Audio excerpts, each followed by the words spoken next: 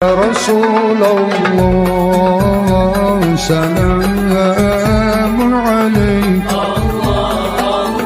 يا رفيع الشوق. Allah Subhanahu wa taala. Pertama sekali bersyukur kita kepada Allah Subhanahu wa taala dan mengucapkan alhamdulillahirabbil alamin. Pada malam hari yang berbahagia ini Allah masih mengizinkan kita untuk bisa melaksanakan salah satu kewajiban kita, yakni salat fardu maghrib berjamaah, dan insyaallah akan kita lanjutkan dengan kajian menjelang waktu isya. Salawat dan salam kita sampaikan pula kepada baginda Nabi Muhammad sallallahu alaihi wasallam.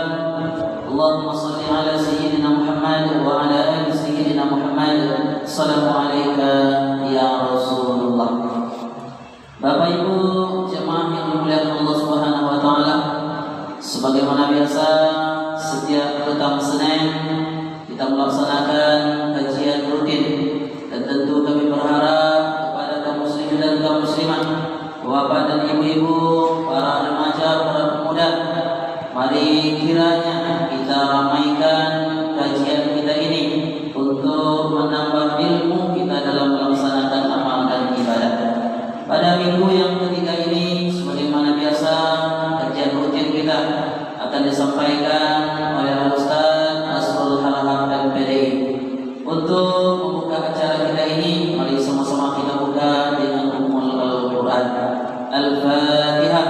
A'udzubillahi minasyaitonir rajim. Bismillahirrahmanirrahim. Alhamdulillahirabbil alamin arrahmanir rahim maliki yaumiddin. Iyyaka na'budu wa iyyaka nasta'in ihdinas siratal mustaqim siratal ladzina an'amta 'alaihim ghairil maghdubi 'alaihim waladdallin. Untuk mempersingkat waktu, mari sama-sama kita dengarkan kajian yang akan disampaikan oleh Ustaz kita. Waktu dan tempat kami persilakan. Bismillahirrahmanirrahim. Assalamualaikum warahmatullahi wabarakatuh. Alhamdulillahi wa kafa, wassalatu wassalamu ala rasulil habibil mustafa wa ala alihi wa ashabihi ahli tuqa wal wafa. Subhanaka la ilma lana illa ma 'allamtana innaka antal alimul hakim. Rabbi shrah li sadri wa yassir li amri wahlul 'uqdatam min lisani yafqahu qawli.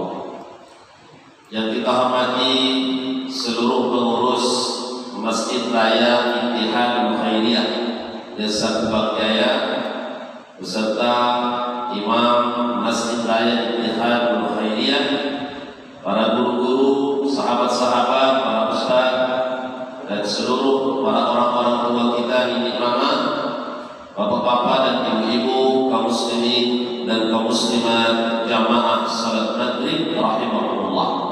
Mengawali kajian kita menjelang masuknya salat fardu isya malam ini, bersama-sama kita lapaskan kalimat tahmid alhamdulillahi rabbil alamin.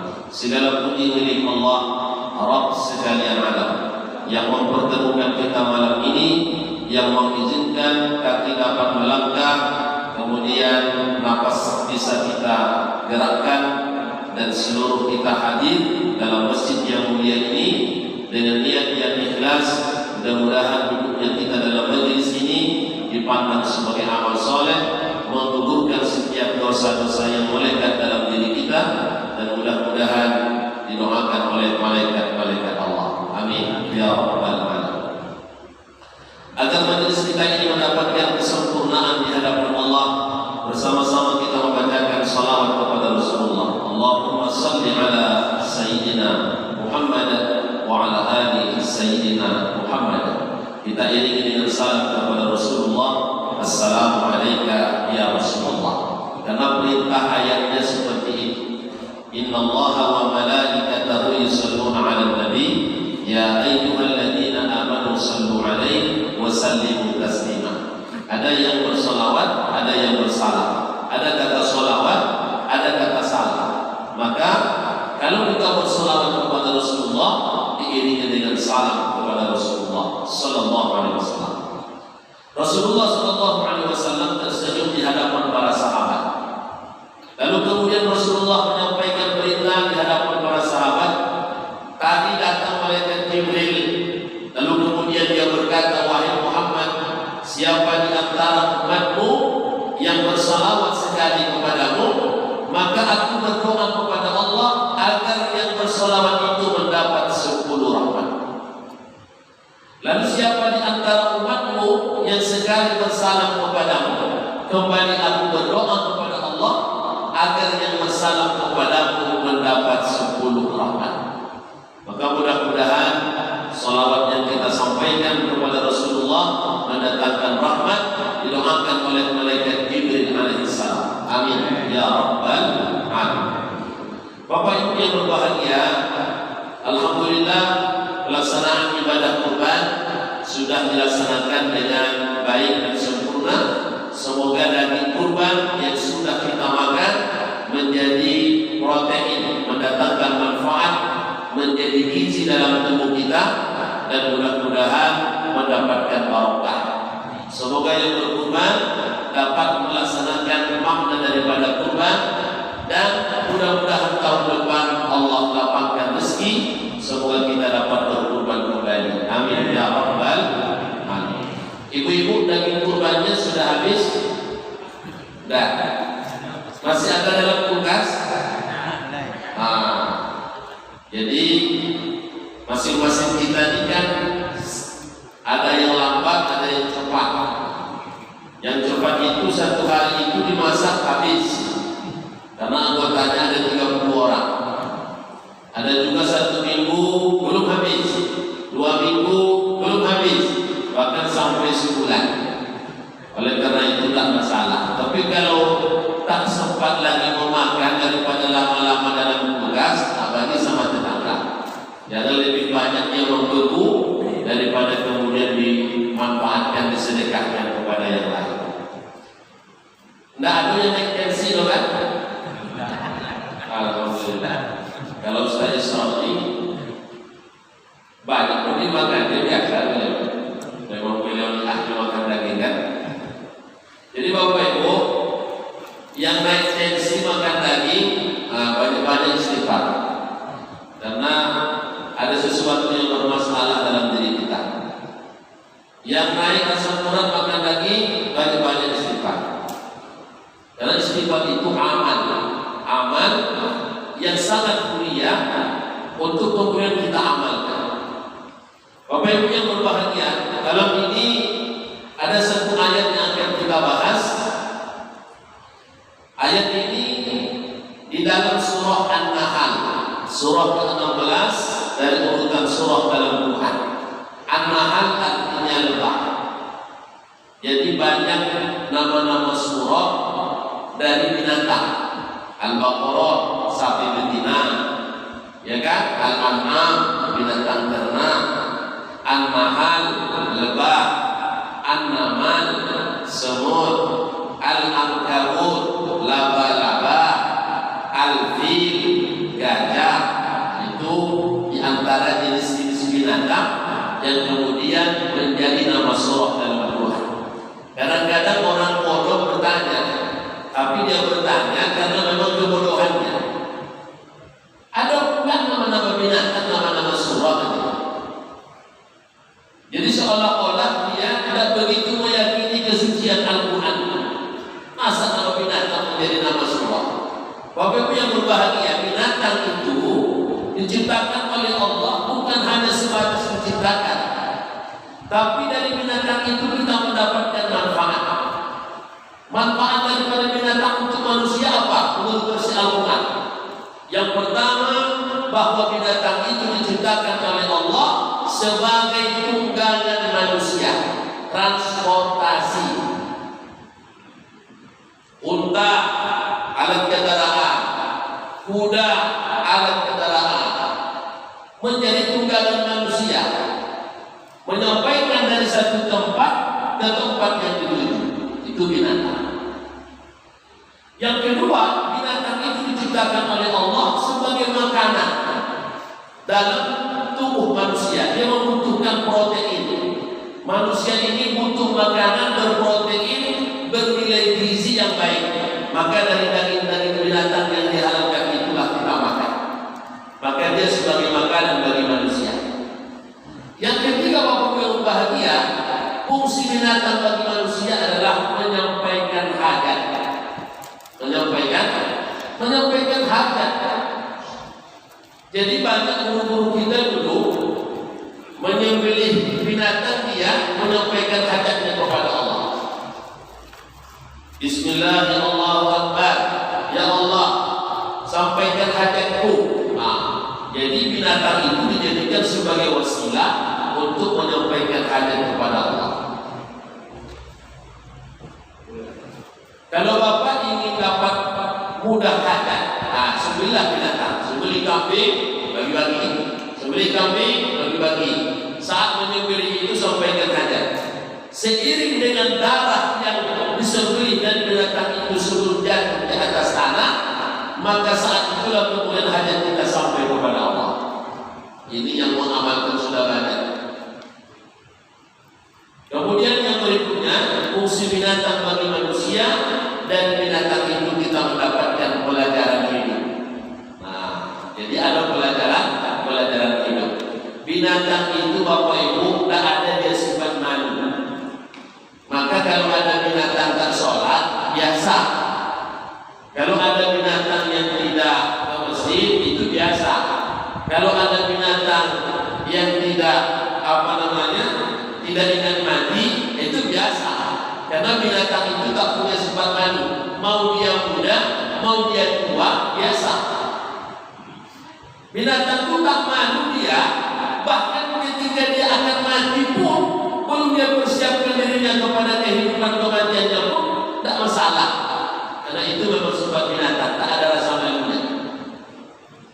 Mohon maaf, membuang kotorannya pun, di mana dia tarakat, di mana dia tarakat, habis itu nyelopea. Itu binatang. Tapi manusia Bapak Ibu yang berbahagia harus memiliki sifat malu. Malu awal ini seiring dengan usia bertambah, umur bertambah, malu awal kalau tidak datang semangat amal beribadah. Ada orang yang malu, sudah tua, dan juga sadar, dan juga bertobat, tidak sadar, tak malu dia. Udah punya cucu, dan juga malu, dan juga berubah. Seperti itu juga. Jadi kita tidak sama dengan binatang. Binatang tak pernah dia persiapkan dirinya kepada kematian, tapi manusia harus mempersiapkan dirinya bagaimana hari esok yang akan dia tempuh setelah kemudian kematian datang menjemputnya. Bapak Ibu rahimahumullah, dalam satu hadis disebutkan salah seorang di antara sahabat bertanya kepada Nabi, "Ya Rasulullah, wahai Rasulullah, siapa di antara umatmu, siapa di antara orang mukmin yang paling baik?" Kata Rasulullah, mukmin yang paling baik itu adalah yang paling mulia akhlaknya. Kemudian sahabat ini bertanya lagi, "Ya Rasulullah, siapa di antara orang mukmin yang paling cerdas?" Siapa di antara orang mukmin yang paling cerdas? Apa kata Rasulullah? Mukmin yang paling cerdas itu adalah seorang mukmin yang banyak mengingat mati dan mempersiapkan diri menghadapi kematian. Mengingat mati saja tidak cukup Bapak Ibu, tapi mempersiapkan diri menghadapi mati itu yang harus dilihat, itu yang harus dilakukan. Oleh karena itu, salah seorang ulama yang bernama Al-Imam Ad-Daqaq. Imam Ad-Daqaq ini Bapak Ibu, mazhabnya bukan mazhab Syafi'i, dia bermazhab Maliki. Tapi walaupun Imam Ad-Daqaq mazhabnya mazhab Maliki, tidak pernah dia menyalahkan orang yang mengikuti mazhab Syafi'i. Tidak ada ulama-ulama salaf yang saling menyalahkan pendapat antara satu dengan yang lain. Mereka saling menghormati perbedaan. Cuma zaman ini parahnya di mana? Ulama tidak, tapi paling banyak menjelaskan, tidak mau menerima pendapat yang lain. Jadi waktu bahagia, Imam Ad-Damaq ini bermazhab Maliki, ada satu ungkapan beliau. Tapi sebelum kita sampaikan apa ungkapan Imam Ad-Damaq tentang kematian, kita bacakan dulu surah An-Nahl ayat 23 ini. A'udzu billahi minasyaitonir rajim. Alladzina tatawaffahumul malaikatu thayyibin. Ada segolongan orang-orang yang diwafatkan dalam keadaan mulia, thayyibin. Dalam keadaan baik, dari kata toba. Toba itu artinya baik. Tapi bukan toba. Jangan kepikiran toba yang itu. Cuma kalau dalam toba itu memang kita dipandang mata.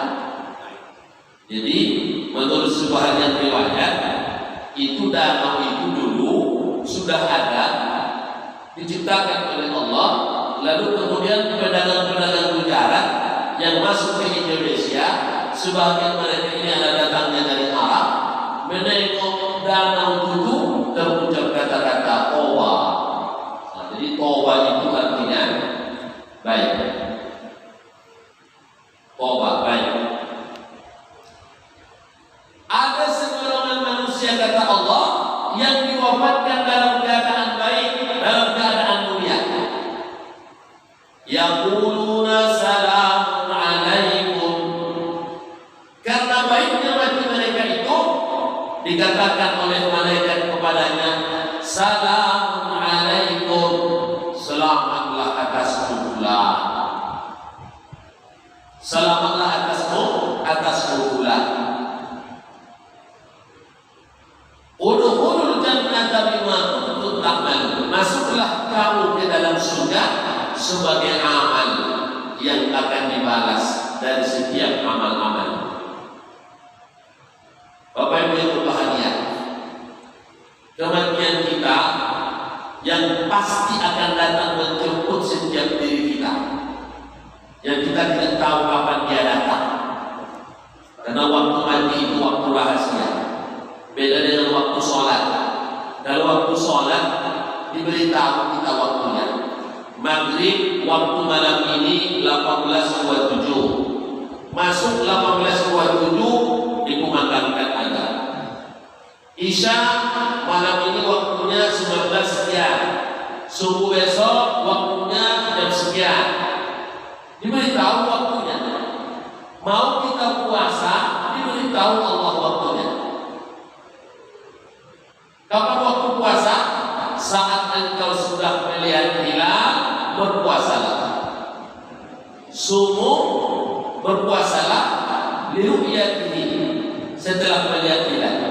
Waqti'u, dan berbukalah, lebaranlah liru'yatihi, karena sudah melihat hilal. Cuma hilal yang kita tengok di negara kita Bapak Ibu, di negara lain mereka tengok hilal juga. Jadi jangan samakan hilal ditengok di Indonesia dengan hilal ditengok di luar Indonesia, karena berbeda. Jadi waktu sholat yang kita pakai waktu Indonesia, karena kita tinggal di Indonesia. Jangan sedikit-sedikit Arab Saudi, sedikit-sedikit Arab Saudi. Arab Saudi sudah sholat, mau kita samakan sholat Arab Saudi dengan Indonesia waktunya, mana ketemu dia? Mau dipaksakan juga, cobalah. Sholat subuh di Arab Saudi, aku mau sholat subuh kalau sama dengan Arab Saudi.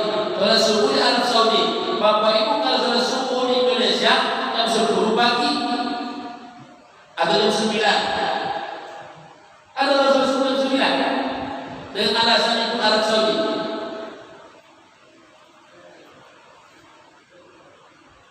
Ada waktu yang diberitahu oleh Allah kepada kita.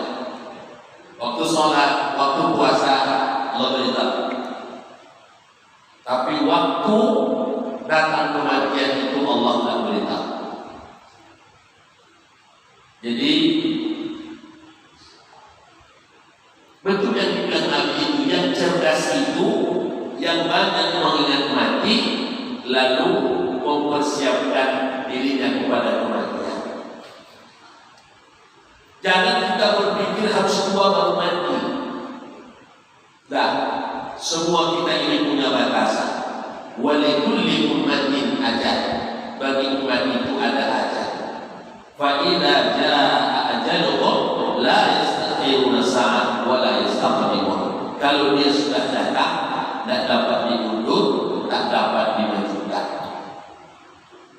Akhir-akhir ini guru-guru kita, para ustaz-ustaz kita yang muda-muda banyak meninggal.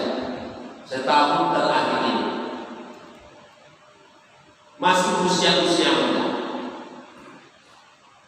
Lalu yang tak ustaz pun banyak juga.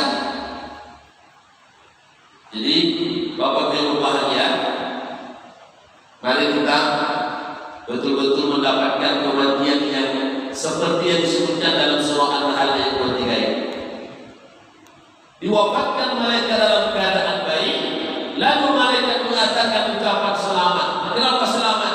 Karena mereka mendapatkan kematian yang husnul khatimah, sehingga mereka dibalas dengan surga setimpal dengan apa yang mereka buat di atas dunia. Terkait dengan mati tadi Bapak Ibu, Al-Imam Ad-Daqaq mengatakan, man aktsara dzikral maut, man aktsara, siapa yang banyak dzikral maut, mengingat mati, fa akramahu bi thalathati asya, maka dia akan dimuliakan dengan 3 perkara.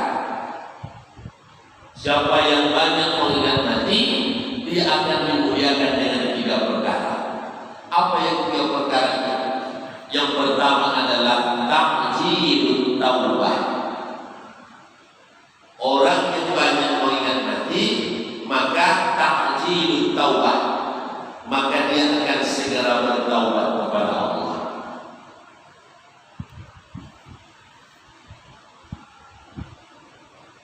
Bertaubat melahirkan istighfar. Orang yang bertaubat, ciri-cirinya yang pertama, banyak yang mengucap istighfar. Astagfirullah. Waktu-waktu dia duduk istighfar. Waktu dia menunggu saat azan dikumandangkan, duduk dia di masjid, setelah dia sholat sunat, tahiyatul masjid, apa yang dia baca? Zikir istighfar. Ketika dia di rumah dalam keadaan istirahat, mulutnya seolah-olah tak bercakap dengan keras, tapi sebenarnya lisannya sedang menggerak-gerakkan ucapan-ucapan istighfar.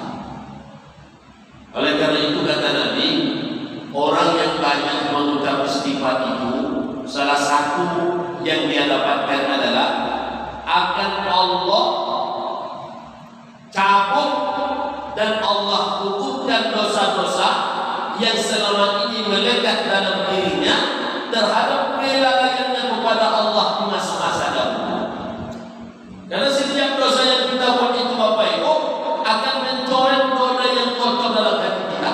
Setiap kita melakukan dosa, tercoret noda yang hitam dalam hati kita. Maka bagaimana mengukurkannya? Bagaimana membersihkannya? Dengan istighfar. Astagfirullahaladzim. Man aktsara istighfar, kata Nabi, siapa yang banyak mengucap istighfar. Jadi kalau disebut banyak, itu tidak dibatasi dengan jumlah. Banyak tidak dibatasi dengan jumlah. Bahkan ada yang 100 istighfarnya, ada yang 1000 istighfarnya, ada yang sampai 10.000 istighfarnya. Tidak bisa dihitung saking banyaknya. Man aktsara istighfar, siapa yang banyak mengucap istighfar, kata Nabi, ja'alallahu lahu min kulli hammin farajah, maka Allah akan menjadikan dari setiap kesedihannya menjadi kebahagiaan. Mengobati kesedihan dengan istighfar. Maka kalau ibu-ibu sedih, obatnya istighfar. Hilangkan kesedihan karena mungkin ada keluarga yang mendapat musibah, sehingga kita juga merasakan musibah itu. Atau mungkin ada harta kita yang hilang, atau mungkin yang lain-lain kita mendapatkan cobaan, sehingga hati merasa rendah gulana. Apa obatnya? Antaranya adalah istighfar. Astagfirullah. Kemudian yang kedua, wa min kulli dhaiqin makhraja. Dengan dia banyak istighfar itu kata Nabi, Allah akan mengeluarkan dia dari kesempitan hidupnya. Yang sulit-sulit hidup banyak-banyak istighfar. Tapi jangan hanya sebatas ucap istighfar. Kalau hanya sekadar lewat di mulut seperti air mengalir, itu tidak bisa. Jadi ucapan istighfar itu harus mendatangkan rasa. Rasa dalam ilmu sufi disebut dengan duk. Huruf dan pakai kof, duqa. Kalau diperbolehkan duqa, rasa. Pada hakikatnya Bapak Ibu, amal apa saja yang kita lakukan harus mendatangkan rasa. Kalau tidak ada rasa, tidak enak amalan itu. Kenapa ada orang sanggup setiap malam baca surah Al-Waqi'ah? Setiap malam bisa baca surah Al-Waqi'ah. Karena sudah datang rasa dalam dirinya itu dari surah Al-Waqi'ah. Kenapa ada orang setiap malam Jumat sampai hari Jumat bisa baca surah Al-Kahfi? Dari malam Jumat sampai Jumatnya dia bisa baca surah Al-Kahfi. Tak pernah tinggal karena sudah ada rasa. Kenapa ada orang bisa puasa sunat Senin Kamis? Tak pernah tinggal kecuali dalam keadaan sakit karena sudah ada rasa. Rasa itu disebut dengan duk.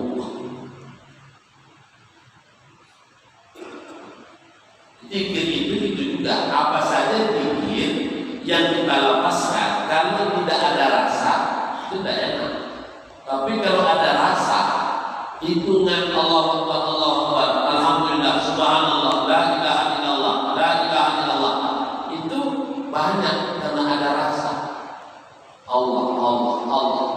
Menyebut asma Allah tak dapat dihitung karena rasa tadi. Maka istighfar seperti itu juga. Banyak-banyak istighfar. Mungkin dalam seminggu ini agak macet, sempit. Apakah sempit dalam ekonomi? Apakah sempit dalam pendapatan? Apakah sempit dalam apa yang kita inginkan? Amalannya istighfar. Yang ketiga kata Nabi, wa yarzuquhu min haitsu la yahtasib. Bahkan orang yang banyak istighfar mendapat rezeki dari jalan yang tak diduga-duga. Ada orang sampai banyaknya istighfar itu dapat rezeki dari yang tak diduga-duga. Tiba-tiba bunyi handphone, SMS masuk, SMS banking, masuk duit 200 juta. Alhamdulillah, setelah tanah dijual di kampung dibayar. Jadi kan, berikutnya bunyi lagi SMS banking, tidak tahu kita dari mana masuk uang, pikir. Itu kan min haisilah daya tasir namanya itu. Bahkan pertolongan Allah pun akan datang setelah istighfar. Makanya ketika datang seorang murid bertanya kepada Imam Hasan Al-Basri. Imam Hasan Al-Basri kan tokoh tasawuf, tokoh sufi. Datang seorang murid bertanya, wahai guru tuan kami, wahai Imam Hasan Al-Basri, saya sedang dilanda kesulitan hidup. Berikan saya satu amal yang dengan amal itu Allah mengangkat kesempitan saya. Apa kata Imam Hasan Al-Basri? Bertaubatlah kepada Allah dan mohonkan ampun kepada-Nya. Datang lagi seorang murid yang lain menanya lagi, wahai Imam Hasan Al-Basri, kami sedang dilanda paceklik, gagal tanam karena kemarau yang panjang menimpa di daerah kampung kami. Sudah lama hujan tak turun, sehingga apa yang ditanam tak tumbuh, apa yang ditanam tak tumbuh, sehingga mengalami kelaparan. Berikan kami satu amal, wahai Imam, dari amal itu kami mendapatkan curahan hujan turun dari langit. Apa dikatakan oleh Imam Hasan Al-Basri? Bertaubatlah kalian kepada Allah dan mohonlah ampun kepada Allah. istighfar.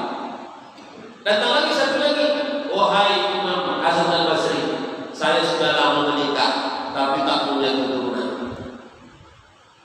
Tunjukkan saya satu amal agar saya mendapatkan keturunan itu. Jawaban Imam Hasan al-Basri tetap sama, bertaubatlah kepada Allah dan mohonkan ampun kepada Allah. Pertanyaannya berbeda, jawabannya sama.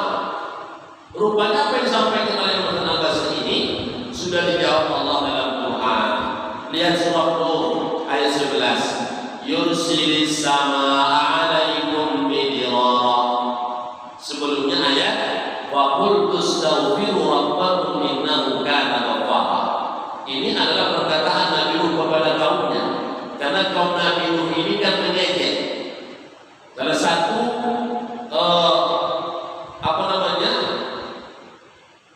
kebodohan kaum Nabi Nuh itu suka mengejek. Jadi asal orang suka mengejek, orang bodoh berbahaya. Makanya kalau orang mengejek harus dihiraukan, namanya orang bodoh.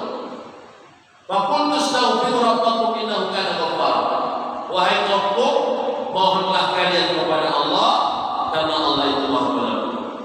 Kalau sudah Allah mengampuni, yursilis samaa'a 'alaikum midrara. Diturunkan Allah hujan yang lebat turun dari langit. Wa yaj'al lakum jannatin wa yaj'al lakum anhar.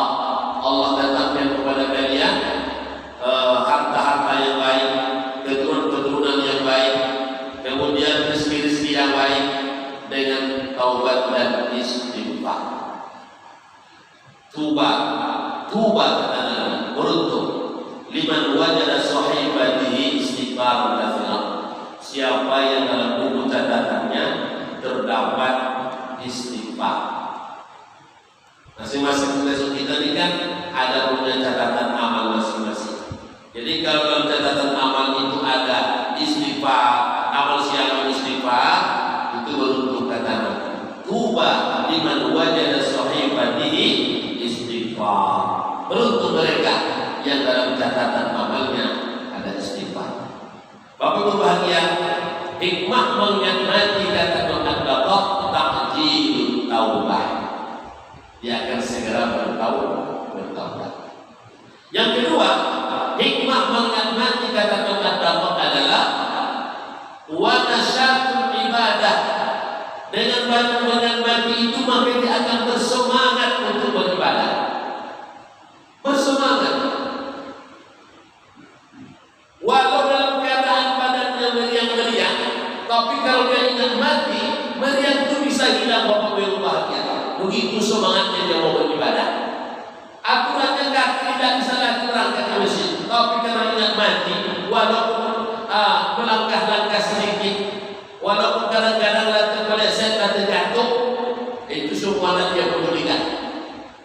Karena dia ingin mendapatkan kebahagiaan setelah mati.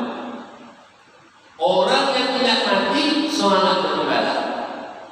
Duduk di dalam satu majelis, kesemutan kakinya, diluruskan kaki ini dan juga hilang kesemutannya, dilipatnya balik, bertambah lagi kesemutannya, mengantuk lagi. Itu luar biasa itu. Karena dia ingat mati. Kalau bapak ibu bisa duduk dalam majelis ini karena ingat mati. Karena ingat mati mana bisa? Tahu saja awak di luar awak ngopi, minum teh, apalagi ada rokok kan, masuk aja. Tapi karena ingat mati kok, jawabannya ingat mati kok yang membuat semangat beribadah. Subuh-subuh itu dingin, tapi dia awak ingat mati kok, berangkat ke masyarakat. Walaupun ibadah, bersungguh-sungguh dia dalam beribadah. Ikut tak sholat lagi tak semangat dia. Rasulullah tetap paksa sholat itu. Dan menjual datang dari kampung. Sholat pulawat datang masjid. Mentua kok ahli masjid. Atau mulai dari ucap takbir sampai sana tu tak semangat dia. Angkat tangan itu antara stroke dengan stroke. Stroke dengan stroke dia. Ada setengah-setengah, ada dua setengah-setengah. menguapkan juga di waktu sholat. Itu tidak semangat itu. Banyak menguap. Salah satu orang yang banyak menguap dalam ibadah itu karena semangat. Baru buka Quran, baru baca ayat, baru baca ta'awuz. Kalau menguapnya, baru baca ta'awuz. Rupanya jin dalam badannya itu lebih gadang, lebih godang jin dalam dua orang, sehingga tak terlawan dia imam, sehingga tak boleh baca Quran. Asal suami baca Quran, lalu meleleh mata orang. Tapi kalau baca WA, tak salah. Baca WA bisa, berjam-jam bisa baca WA, buka Facebook. Kalau tambah semangat, nanti pun di Quran. Itu namanya tak ingat mati. Maka kalau ingat mati, wala syatul ibadah. Yang terakhir yang ketiga, kata Allah hikmah mengingat mati itu dengan banyak mengingat mati adalah wa qana'atul qalbi. Hatinya qana'ah. Wa qana'atul qalbi, hatinya qana'ah terhadap dunia. Bapak Ibu, apa yang disebut dengan qana'ah? Barangkali kata-kata qana'ah ini sulit kita dengar. Qana'ah terhadap dunia, qana'ah terhadap harta. Apa maksudnya? Jangan salah. Nah, kalau salah menerjemahkan qana'ah, nanti pelaksanaannya bisa salah. Qana'ah itu bukan meninggalkan dunia. Arti qana'ah itu bukan tidak mau harta. Arti qana'ah bukan tidak berhadap kepada dunia.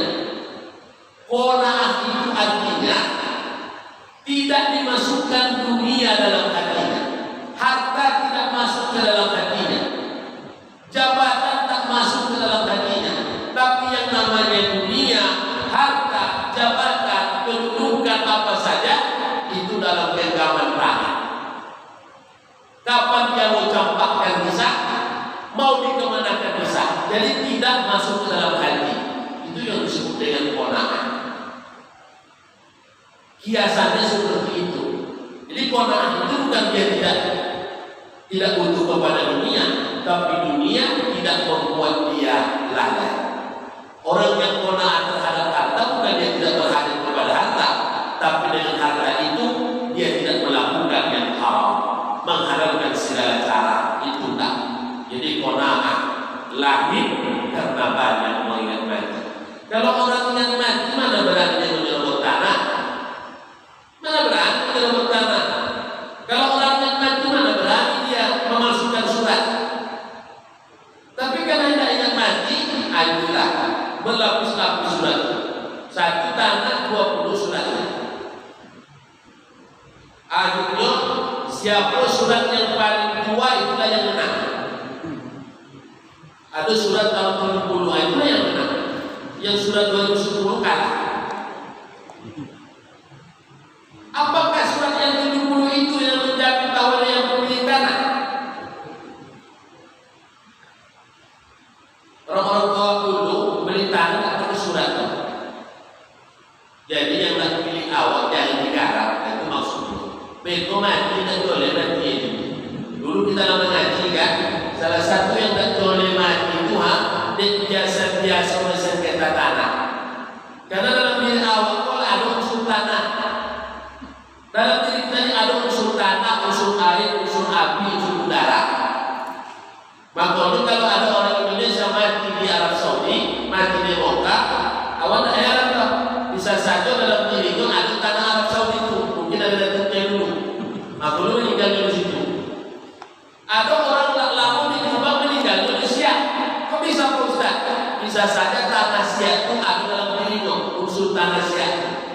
Ada orang mau meninggal di Bagan Batu, kok bisa? Bisa saja tanah Bagan Batu itu ada dalam tubuhnya. Itu yang joleh-joleh matinya, yang tak joleh itu yang sengketa tanah. Tak joleh matinya itu sengketa tanah. Itu bahaya pembahasannya. Oleh karena itu ingat banyak mati agar lahir sifat taubat kepada Allah, melahirkan kalimat-kalimat istighfar dalam setiap gerakan lidah diri kita, dan itu kemudian kita akan bersemangat dalam beribadah hingga kemudian melahirkan sifat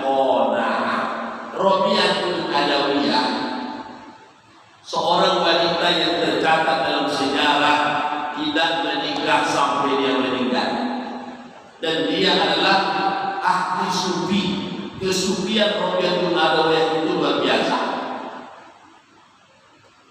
Tapi bagi orang yang memandang sebelah mata, dia akan mengatakan Rabi'atul Adawiyah ini tidak menjalankan sunnah, karena dipandangnya sebelah mata. Sebab Rabi'atul Adawiyah tidak menikah sampai mati. Tapi bukan masalah dia menikah atau tidak menikah. Masalahnya adalah Rabi'atul Adawiyah seorang wanita yang sangat luar biasa hubungan batinnya dengan Allah Subhanahu wa taala. Sehingga ketika ada orang yang melamar dia untuk menjadi istri, dia akan sampaikan, bisakah engkau setelah menikah denganku tidak membuat aku hilang ingatan kepada Allah? Bisakah engkau ketika engkau sudah menikahi aku tidak menghilangkan kedekatan hatimu dengan Allah? Tidak ada yang laki-laki yang sanggup. Bukan dia tidak mau menikah. Itu Rabi'atul Adawiyah. Jadi kalau kita baca sejarah-sejarah ulama-ulama sufi dulu, memang luar biasa apa yang buatnya. Jauh kita di bawah, sangat jauh. Abu Nawas, ahli sufi juga. Sakit yang diungkapkan oleh seorang Abu Nawas itu menunjukkan bahwa dia ingin menyampaikan kelemahan dirinya di hadapan Allah. Ilahi lastunil firdausi a'la. Ilahi, oh Tuhan, lastu, tak pantas aku. Lastu, aku bukan, maknanya tak pantas. Lastunil firdausi a'la, aku tak pantas menjadi ahli surga Firdaus. Wala aqwa ala naril jahim, tapi aku juga tak kuat ya Allah kalau engkau campakkan aku dalam api neraka jahanam. Dzunubi mislu a'dadi rimali. Dzunubi, dosa-dosaku mislu a'dar riman, a'dar riman, seperti bilangan hitungan butiran-butiran pasir di tepi pantai. Pengakuan, walaupun sebenarnya tak sebanyak itu dosa yang dilakukan, tapi pengakuan dia kepada Allah, dosaku seperti butiran-butiran pasir di tepi pantai. Siapa manusia yang bisa menghitung butiran pasir di tepi pantai itu? Wahabani taubatan waghfir dzunubi, maka terimalah taubatku dan ampunilah segala dosa-dosa. Ini ungkapan Abu Nawas ini luar biasa, menyentuh. Jadi kalau ada orang bersair ini, saya kalau mendengarnya menyentuh hati. Pernah yang mendengar syair itu? Pernah yang mendengar berdak? Apa yang mendengar lucu-lucu dah ya? Luar biasa. Baik. Demikian kita tutup dengan kafaratul majlis. Subhanallahumma wa bihamdika, asyhadu an la ilaha illa anta, astaghfiruka wa atubu ilaik. Assalamualaikum warahmatullahi wabarakatuh.